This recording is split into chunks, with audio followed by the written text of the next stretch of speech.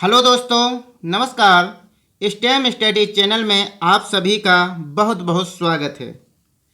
दोस्तों, आज हम आप लोगों के लिए क्लास 10th सब्जेक्ट साइंस के एक एक नंबर के प्रश्नों के उत्तर बताएंगे, जो आप लोगों के लिए बहुत ही उपयोगी सिद्ध होंगे।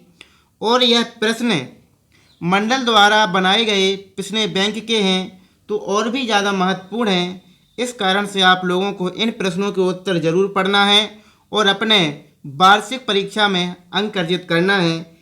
इन प्रश्नों से ही वार्षिक परीक्षा में प्रश्न आएंगे। तो चलते हैं, हम सबसे पहले अध्याय 1 के विकल्प देखते हैं, एक एक नंबर वाले। तो सबसे पहले है अध्याय 1, रासायनिक अभिक्रियाएं एवं समीकरण।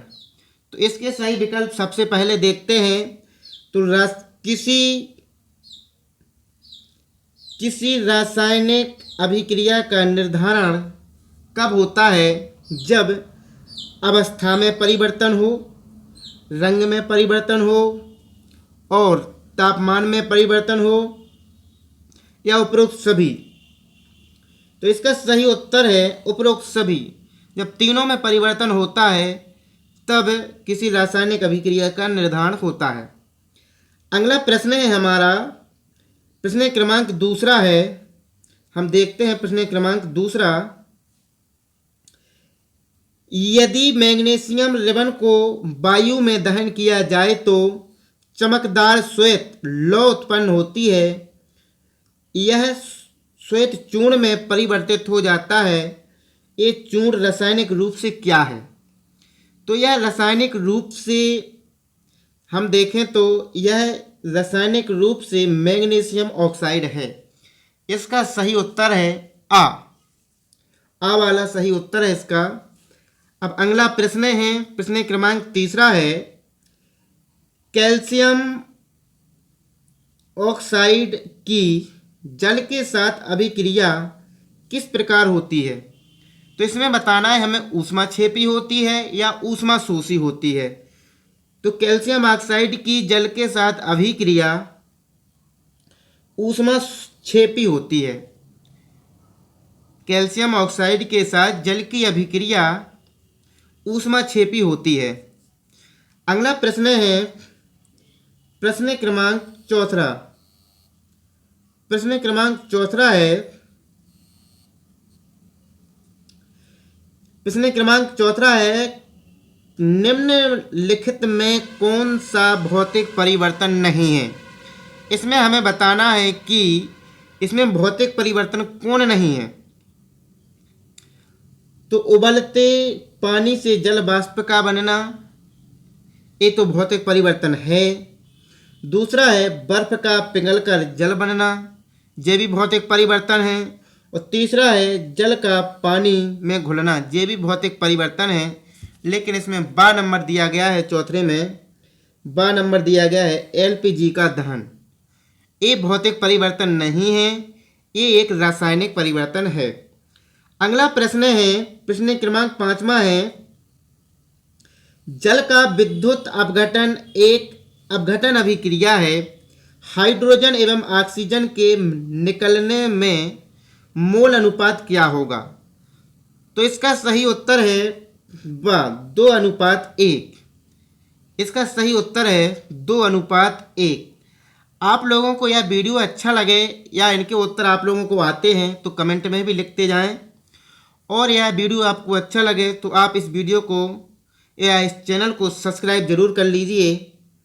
अगला प्रश्न है, प्रश्न क्रमांक 6 है। देर तक सिल्वर क्लोराइड को सूर्य के प्रकाश में रखने पर वह काला पड़ जाता है। क्यों पड़ जाता है काला? तो इसका उत्तर हमें जानना है। नंबर 1 है सिल्वर क्लोराइड के विखंडन से सिल्वर बनता है। नंबर दूसरा है सिल्वर क्लोराइड का ऊर्ध्वपातन होता है। नंबर 3 है नंबर है सिल्वर क्लोराइड से क्लोरीन गैस का अपघटन होता है। इसका सही उत्तर है सिल्वर क्लोराइड से क्लोरीन गैस का अपघटन होता है। इसका उत्तर सही है, नंबर वाला है। अगला प्रश्न है, प्रश्न क्रमांक 7 है। सूर्य के प्रकाश में श्वेत रंग का सिल्वर क्लोराइड धूसर रंग का हो जाता है, यह अभिक्रिया का उदाहरण है। कौन सी अभिक्रिया का उदाहरण है? तो इसमें हमें बताना है कि विस्थापन अभिक्रिया का है, क्या उत्क्षेपण का है, कि संयोजन का है या वियोजन का है। तो इसमें सही उत्तर है वियोजन अभिक्रिया। सूर्य के प्रकाश में श्वेत रंग का सिल्वर क्लोराइड धूसर रंग का हो जाता है, यह अभिक्रिया उदाहरण है वियोजन अभिक्रिया का। अगला प्रश्न है, प्रश्न क्रमांक 8 है। प्रश्न क्रमांक 8 दिया गया है, जिन अभिक्रिया में ऊष्मा का अवशोषण होता है उन्हें कौन सी अभिक्रिया कहते हैं? ऊष्मा का अवशोषण किस अभिक्रिया में होता है? तो हमने अभिक्रियाएं पढ़ी हैं, तो इसमें ऊष्मा का अवशोषण ऊष्मा शोषी अभिक्रिया में होता है। 8वें का उत्तर सही है सा। अगला प्रश्न है प्रश्न क्रमांक 9। प्रश्न क्रमांक 9 है, लेड नाइट्रेट का रासायनिक सूत्र क्या है? तो लेड नाइट्रेट का हमें रासायनिक सूत्र बताना है। तो लेड नाइट्रेट का रासायनिक सूत्र होता है PbNO3 ये रासायनिक अभिक्रिया लेड नाइट्रेट का रासायनिक सूत्र है। नंबर 12। अगला प्रश्न है प्रश्न क्रमांक 10वां है, खाद्य पदार्थों का कार्बन डाइऑक्साइड और जल में टूटना किस प्रकार की अभिक्रिया है? इसमें ज़्यादातर अभिक्रियाएं पूछी जाती हैं, तो इसमें है अभिक्रिया साल ऊष्माक्षेपी अभिक्रिया। खाद्य पदार्थों का कार्बन डाइऑक्साइड और पानी में टूटना ऊष्माक्षेपी अभिक्रिया है। अगला प्रश्न है प्रश्न क्रमांक 11वां है। प्रश्न क्रमांक 11वां दिया गया है, निम्नलिखित में से कौन सी प्रक्रिया रासायनिक अभिक्रिया है? इसमें रासायनिक अभिक्रिया छांटना है हमें, तो इसमें हम देखते हैं नंबर आ है, एक गैस सिलेंडर में उच्च दाब पर ऑक्सीजन गैस को संग्रहित करना, वायु का द्रवीकरण, चाइना डिश में पेट्रोल को खुले में रखना, तांबे के तार को हवा की उपस्थिति में उच्च ताप पर गर्म करना। तो इसका सही उत्तर है सा। एक रासायनिक अभिक्रिया देखना है हमें, तो रासायनिक अभिक्रिया है चाइना डिश में पेट्रोल को खुले में रखना। यदि पेट्रोल को खुले में रखेंगे तो यह अभिक्रिया करेगा और उड़ जाएगा। तो इसका सही उत्तर है सा। अगला प्रश्न है हमारा प्रश्न क्रमांक 12वां है। प्रश्न क्रमांक 12वां। प्रश्न क्रमांक 12वां है, निम्नलिखित में से कौन सी एक रासायनिक अभिक्रिया नहीं है? तो हमें रासायनिक अभिक्रिया, इसमें 3 रासायनिक अभिक्रियाएं दी गई हैं और एक भौतिक अभिक्रिया दी गई है, तो इसमें से हमें यह छांटना है। तो सबसे पहले है आ नंबर में है, लोह पदार्थों में जंग लगना, भोजन का पकना, ये रासायनिक अभिक्रिया है, और कागज का जलना, यह भी रासायनिक अभिक्रिया है। लेकिन सा नंबर पर दी गई है बर्फ का पिघलना, यह एक भौतिक अभिक्रिया है। अगला प्रश्न है प्रश्न क्रमांक 13वां है, और यह बहुत ही महत्वपूर्ण प्रश्न है।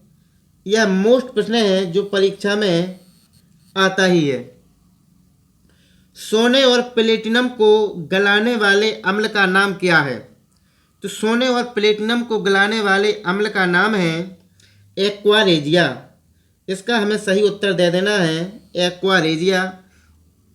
अगला प्रश्न है हमारा प्रश्न क्रमांक 14 है। प्रश्न क्रमांक 14 है, किसी रासायनिक अभिक्रिया में भाग लेने वाले पदार्थ क्या कहलाते हैं? तो किसी रासायनिक अभिक्रिया में भाग लेने वाले पदार्थ अभिकारक कहलाते हैं। किसी रासायनिक अभिक्रिया में भाग लेने वाले पदार्थ अभिकारक कहलाते हैं। और अगला प्रश्न है प्रश्न क्रमांक 15 है। प्रश्न क्रमांक 15 देखते हैं कि ऊष्माक्षेपी अभिक्रिया का उदाहरण नहीं है।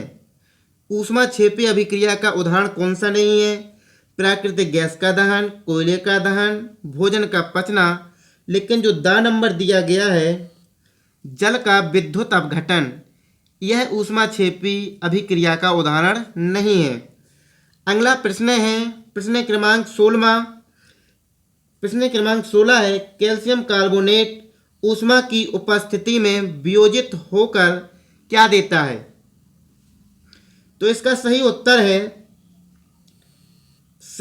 है इसका कैल्शियम ऑक्साइड एवं कार्बन डाइऑक्साइड।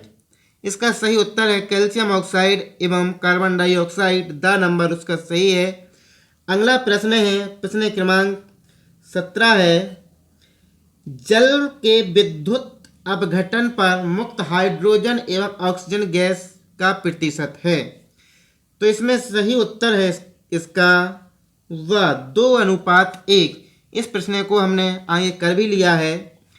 दोस्तों, यदि आप लोगों को यह प्रश्नों के उत्तर समझ में आ रहे हैं तो आप इस वीडियो को लाइक करें एवं चैनल को सब्सक्राइब करें। अगला प्रश्न है हमारा प्रश्न क्रमांक 18 है। प्रश्न क्रमांक 18 है कि जिन अभिक्रियाओं में ऊष्मा का अवशोषण होता है उन्हें क्या कहते हैं? तो जिन अभिक्रियाओं में ऊष्मा का अवशोषण होता है उन अभिक्रियाओं को हम ऊष्मा शोषी अभिक्रिया कहते हैं। इसका सही उत्तर है ऊष्मा शोषी अभिक्रिया कहते हैं। अगला प्रश्न है प्रश्न क्रमांक 19। प्रश्न क्रमांक 19 है हाइड्रोजन का योग ऑक्सीजन का ह्रास क्या कहलाता है? यह कौन सी अभिक्रिया होती है? तो यह अपचयन अभिक्रिया कहलाती है। हाइड्रोजन का योग एवं ऑक्सीजन का ह्रास अपचयन अभिक्रिया कहलाती है। अगला प्रश्न है प्रश्न क्रमांक 20। अब देखते हैं हम प्रश्न क्रमांक 20 देखते हैं। प्रश्न क्रमांक 20 में दिया गया है एक अभिक्रिया दी गई है, उस अभिक्रिया का नाम बताना है कि यह कौन सी अभिक्रिया है। तो यह अभिक्रिया है Fe2O3 + 2Al = Al2O3 + 2HFe। तो इसका ऊपर दी गई अभिक्रिया है, यह कौन सी अभिक्रिया है? तो यह है विस्थापन अभिक्रिया। इस अभिक्रिया को हम विस्थापन अभिक्रिया कहेंगे। अगला प्रश्न है प्रश्न क्रमांक 21 है। प्रश्न क्रमांक 21 है किसी रासायनिक अभिक्रिया की पहचान है। तो किसी रासायनिक अभिक्रिया की पहचान क्या है? रंग में परिवर्तन होता है, अवस्था में परिवर्तन होता है, उसके तापमान में परिवर्तन होता है। अर्थात हम कह सकते हैं कि ये तीनों हैं उपरोक्त सभी रासायनिक अभिक्रिया की पहचान में आते हैं। अगला प्रश्न है हमारा प्रश्न क्रमांक 22 है। प्रश्न क्रमांक 22 है कैल्शियम ऑक्साइड की जल के साथ अभिक्रिया है। तो कैल्शियम ऑक्साइड की जल के साथ अभिक्रिया, इसका उत्तर है सही नंबर। इसका सही उत्तर है ऊष्माक्षेपी एवं संयोजन। कैल्शियम ऑक्साइड की जल के साथ अभिक्रिया ऊष्माक्षेपी एवं संयोजन अभिक्रिया है। अगला प्रश्न है प्रश्न क्रमांक 23। प्रश्न क्रमांक 23 में देखेंगे हम संयोजन अभिक्रिया का उदाहरण है। संयोजन अभिक्रिया का उदाहरण क्या है? तो संयोजन अभिक्रिया का उदाहरण देखना है हमें। संयोजन अभिक्रिया का उदाहरण है कोयले का दहन या कैल्शियम ऑक्साइड की जल से अभिक्रिया। तो इसका सही उत्तर है कैल्शियम ऑक्साइड की जल से अभिक्रिया। इसका सही उत्तर है नंबर। अगला प्रश्न एवं विकल्पों में सबसे लास्ट प्रश्न है किसी रासायनिक अभिक्रिया में बनने वाले पदार्थ को कहते हैं। किसी रासायनिक अभिक्रिया में बनने वाले पदार्थ को क्या कहते हैं? तो इसको हम उत्पाद कहते हैं। किसी रासायनिक अभिक्रिया में बनने वाले पदार्थ को हम उत्पाद कहते हैं। इसका सही उत्तर है। अब चलते हैं दोस्तों हम रिक्त स्थानों की ओर। तो हम सबसे पहले रिक्त स्थान पढ़ेंगे। रिक्त स्थानों की पूर्ति कीजिए। सबसे पहला क्वेश्चन है रिक्त स्थानों में। सबसे पहला क्वेश्चन है क्या है कि पॉप ध्वनि से जलने वाली गैस है। पॉप ध्वनि से कौन सी गैस जलती है? तो इसका सही उत्तर है हाइड्रोजन। इसका सही उत्तर है H2। H2 गैस पॉप ध्वनि के साथ जलती है। अगला प्रश्न है प्रश्न क्रमांक 2। हमारे शरीर के कोशिकीय स्तर पर भोजन का दहन क्या कहलाता है? तो इसका सही उत्तर है श्वसन। इसका सही उत्तर है श्वसन। अगला प्रश्न है प्रश्न क्रमांक 3 है लंबे समय तक सेवन ना करने पर सूखे मेवों के सड़ने का क्या कारण है? इसका हमें कारण बताना है। तो लंबे समय तक सूखे मेवे सड़ने लगते हैं, इसका क्या कारण है? इसका कारण है विकृति गंधिता। इसको हम लिख देते हैं विकृति गंधिता। विकृति गंधिता, इसका सही उत्तर है विकृति गंधिता। अगला प्रश्न है प्रश्न क्रमांक 4 है हाइड्रोजन का योग तथा O2 का ह्रास क्या कहलाता है? जो हम विकल्प में पढ़ चुके हैं इस प्रश्न को। तो इसका सही उत्तर है अपचयन, सॉरी, इसका सही उत्तर है उपचयन। उपचयन अभिक्रिया। उपचयन अभिक्रिया में हाइड्रोजन का योग तथा ऑक्सीजन का ह्रास होता है। अगला प्रश्न है प्रश्न क्रमांक 5 है। प्रश्न क्रमांक 5 है दीवारों पर सफेदी करने के बाद 2-3 दिन बाद दीवारों में चमक आ जाती है, ऐसा क्यों होता है या क्या कारण है? तो ऐसा या किसके निर्माण के कारण है? तो इसमें निर्माण होता है कैल्शियम कार्बोनेट का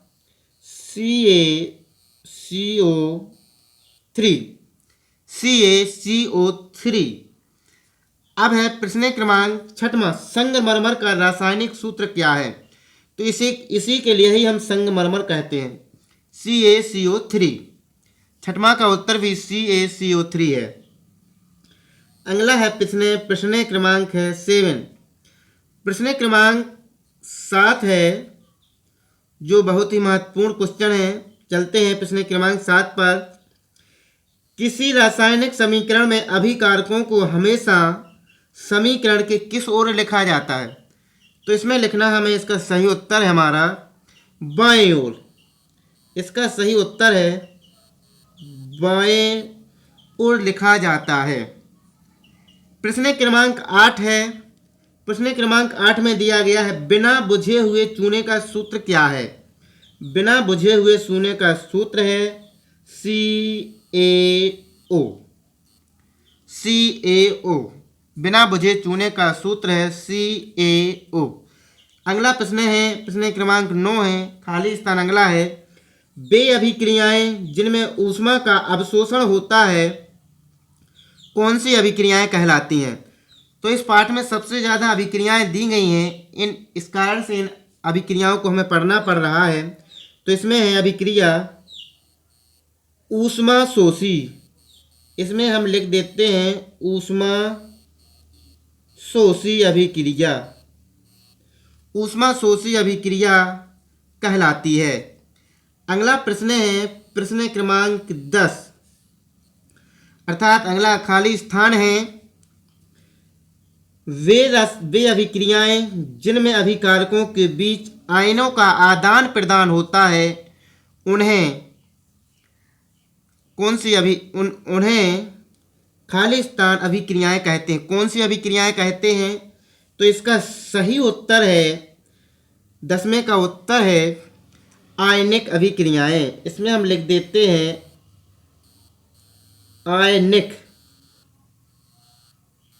आयनिक अभिक्रियाएं। अगला प्रश्न है प्रश्न क्रमांक 11 है किसी रासायनिक अभिक्रिया का प्रतीकात्मक निरूपण क्या कहलाता है?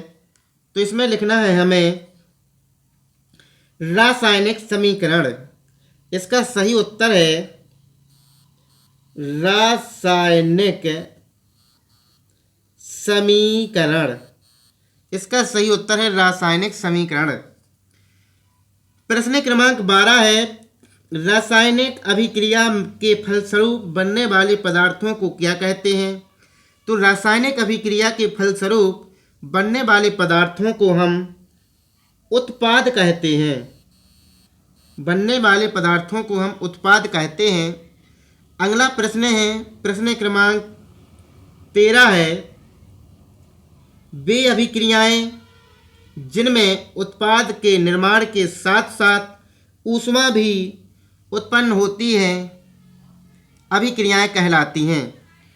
तो इसमें कौन सी अभिक्रियाएं कहलाती हैं? तो हम देखते हैं,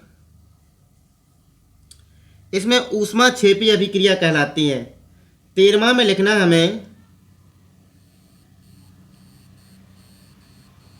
ऊष्माक्षेपी। ऊष्माक्षेपी अभिक्रियाएं कहते हैं। प्रश्न क्रमांक 14 है,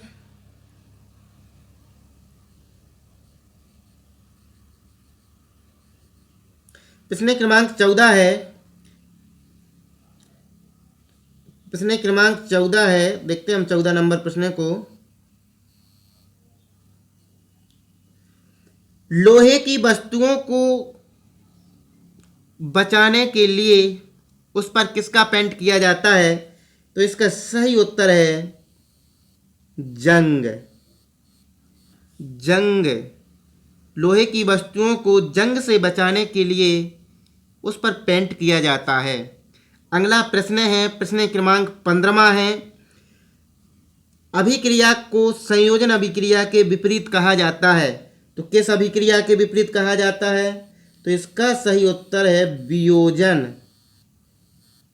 वियोजन अभिक्रिया को संयोजन अभिक्रिया के विपरीत कहा जाता है। संयोजन का उल्टा वियोजन और वियोजन का उल्टा संयोजन। अगला प्रश्न है, ऐसी अभिक्रिया जिसमें एकल अभिकर्मक टूटकर छोटे छोटे उत्पाद बनाता है, कौन सी अभिक्रिया कहलाती है? इसका भी उत्तर सही है वियोजन अभिक्रिया। इसमें भी वियोजन लिखना है।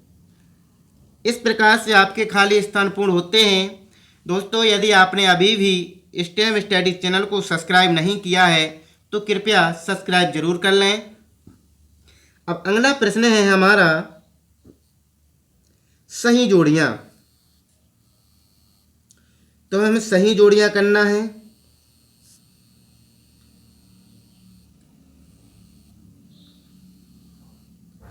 सही जोड़ियां मिलाइए।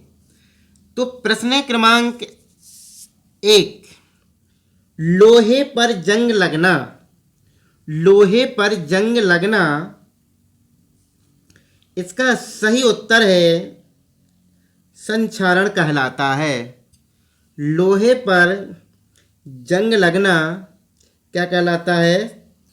संक्षारण। 1 नंबर जोड़ी। अगला है जोड़ी, साग सब्जियों का विघटित होकर कंपोस्ट बनना क्या कहलाता है? कंपोस्ट बनना ऊष्माक्षेपी अभिक्रिया। ये दूसरा है। प्रश्न क्रमांक 3 है, संतुलित रासायनिक समीकरण। संतुलित रासायनिक समीकरण द्रव्यमान संरक्षण नियम। ये 3 नंबर है। अगला है, चूने के पत्थर का वियोजन। चूने के पत्थर का वियोजन क्या कहलाता है? चौथा है, चूने के पत्थर का वियोजन ये कहलाता है ऊष्मीय वियोजन। यहाँ पर 4 नंबर लिख देते हैं हम, ऊष्मीय वियोजन। अगला प्रश्न है 5वां है, ऑक्सीजन का योग। ऑक्सीजन का योग ये 5वां है उपचयन अभिक्रिया। ऑक्सीजन का योग उपचयन कहलाता है। अगला प्रश्न है, प्रश्न क्रमांक 6 है, मेथेन का दहन। मेथेन का दहन कहलाता एक रासायनिक अभिक्रिया है। मेथेन का दहन रासायनिक अभिक्रिया है। प्रश्न क्रमांक 7, लोहे की कील एवं कॉपर सल्फेट विलयन के बीच की अभिक्रिया को क्या कहते हैं? तो इसका सही उत्तर है विस्थापन अभिक्रिया 7वां है इसका। अगला है प्रश्न क्रमांक 8वां दिया गया है, अवलेय लवण निर्माण है अवक्षेपण अभिक्रिया। ये 8वां डाल देते हैं हम। अगला प्रश्न है प्रश्न क्रमांक 9वां है। प्रश्न क्रमांक 9, रासायनिक अभिक्रिया में भाग लेने वाले पदार्थ क्या कहलाते हैं? तो रासायनिक अभिक्रिया में भाग लेने वाले पदार्थ अभिकर्मक नहीं अभिकारक कहलाते हैं। ये 9वां नंबर है। अब 10वां और लास्ट है, विकृत गंधिता से बचाव किया जाता है, तो इसमें बचा हुआ है एफ, प्रतिऑक्सीकारक का उपयोग। ये 10 नंबर है। इस प्रकार से सभी जोड़ियां खत्म होती हैं। यदि आप लोगों को यह समझ में आ रही हैं तो आप चैनल को लाइक कीजिए एवं सब्सक्राइब कीजिए। अब चलते हैं आगे है सत्य और असत्य। इसमें सत्य असत्य दिए गए हैं, तो सत्य असत्य को भी देख लेते हैं। बुझे हुए चूने का सूत्र CaCO3 होता है, नहीं होता है। बुझे हुए चूने का सूत्र बुझे हुए चूने का सूत्र होता है CaCO3। यह असत्य है, नहीं होता है। अब है अगला, संक्षारण की प्रक्रिया अत्यधिक तीव्र रासायनिक अभिक्रिया है, असत्य है, धीमी अभिक्रिया है। अब है सूर्य के प्रकाश में सिल्वर क्लोराइड का विघटन सिल्वर एवं क्लोरीन में हो जाता है, यह सत्य है। अगला प्रश्न है प्रश्न क्रमांक 4। तो प्रश्न क्रमांक 4 है, दानेदार जस्ते परतनु सल्फ्यूरिक अम्ल की अभिक्रिया से हाइड्रोजन गैस का निर्माण होता है, हाँ होता है, ये बिल्कुल सत्य है। अगला है, चांदी के आभूषण पर काली परत सिल्वर क्लोराइड की होती है, असत्य है, नहीं। इस प्रकार से इन प्रश्नों में 1-1 नंबर के प्रश्न पूर्ण होते हैं। धन्यवाद, जय हिंद। यदि आप लोगों को यह पसंद आया है तो लाइक करें और वीडियो को शेयर करें और चैनल को सब्सक्राइब करें। जय हिंद।